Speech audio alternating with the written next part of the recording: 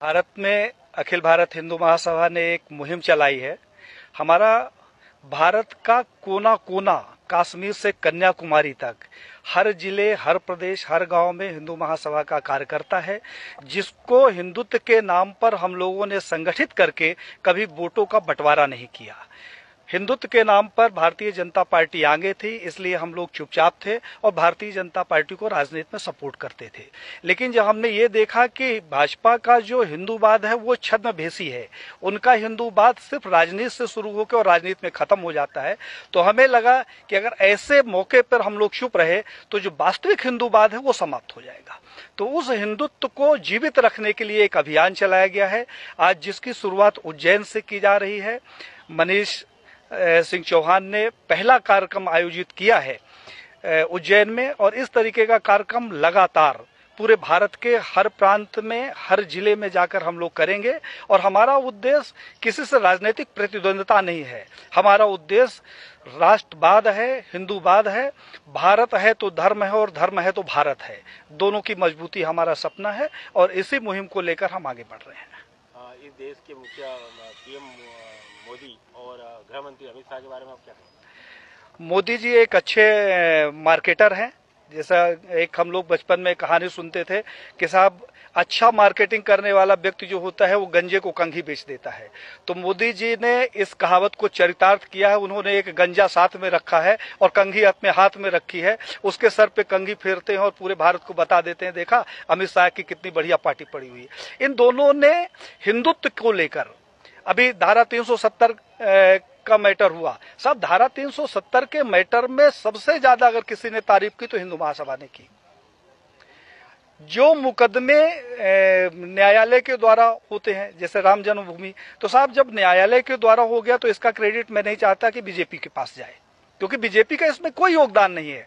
मुझे वो दिन याद है, भारत के बच्चे बच्चे को ये दिन याद होगा, जब 1947 से लेकर हिंदू महासभा राम जन्मभूमि का मुकदमा लड़ रहा था। यही लाल कृष्ण आडवाणी सहित भारतीय जनता पार्टी और आरएसएस के प्रमुख नेताओं ने हमारे नेताओं से संपर्क किया और उन्होंने कहा कि भाई साहब आप लोग इस तरीके से मुकदमे लड़ते रहेंगे, अगर आप कहें तो इसका हम राजनीतिकरण कर दें और अपनी सरकार बन जाएगी तो राम जन्मभूमि का मुकदमा ठीक ठाक हो जाएगा।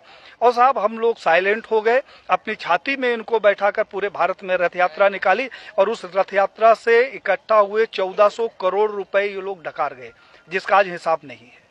तो 1400 करोड़ रुपया ये खा गए।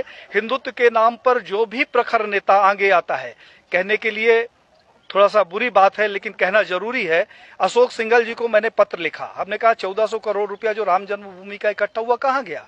अशोक सिंघल जी से हमारा बड़ा आत्मिक लगाव था। उन्होंने उसका जवाब दिया और मुझे फोन किया कि पांडे साहब मैं अयोध्या जा रहा हूं, आप आ जाओ, आपसे कुछ बात करना है। मैं जब अयोध्या गया तो एक गले में वो पीला टॉवेल रखते थे, उन्होंने जो शिला रखी हुई थी उसकी धूल झाड़नी शुरू कर दी। हमने कहा कि ये क्या कर रहे हो? बोला पांडे जी मेरा अंतिम सपना है कि किसी तरीके से मेरे जिंदा रहते ही ये मंदिर का निर्माण हो जाए। साहब उन्होंने, हमारी उनकी काफी गंभीर चर्चा हुई। उन्होंने कहा पांडे जी अभी नहीं तो कभी नहीं। तो हमने कहा क्या करोगे, आप लड़ तो सकते नहीं। बोले कि अब मोदी है और लड़ूंगा भी और विरोध भी करूंगा। और साहब अशोक सिंघल जी एक स्वस्थ व्यक्ति जिसके साथ हमने 2 दिन बिताया, वो दिल्ली जाता है और अचानक उसकी मौत हो जाती है। प्रवीण भाई तोगड़िया जिसके पास जेड कैटेगरी की सुरक्षा हो, जो पेशाब करने बाथरूम में जाता है तो पहले बाथरूम चेक होता है और वो रोड के किनारे लावारिस पड़ा मिले, उसके सिक्योरिटी का पता नहीं और उसका पता नहीं। कमलेश तिवारी जिसकी सिक्योरिटी के लिए 24 गार्ड नियुक्त थे, हमारे पास उसके पत्र हैं साहब, और उस आदमी की हत्या हो जाती है और हत्या का कारण सिर्फ ये होता है कि उसकी सुरक्षा में कमी कर दी जाती है। तो बीजेपी के समय में मैंने ये देखा कि जितने हिंदूवादी प्रखर नेता हुए हैं उनकी एक एक करके हत्या कर दी गई। अभी 2 तारीख को हमारे पास लखनऊ से फोन आया, हिंडोला थाना कोई पड़ता है, उन्होंने कहा हिंडोला थाना से बोल रहा हूँ पांडे साहब, गृह मंत्रालय से पत्र आया है कि आपकी जान को खतरा है। तो हमने कहा क्या करूं? तो उन्होंने कहा आपको सुरक्षा देना चाहता हूं। हमने कहा दे दो भैया। बोले कहाँ गार्ड भेज दूं? मैंने अपने घर का पता बता दिया। तो साहब उन्होंने कहा कि मैं वहां नहीं दे सकता हूं, मैं लखनऊ में सुरक्षा दूंगा। मैं रहता मध्य प्रदेश में हूं, पूरे भारत को मालूम है।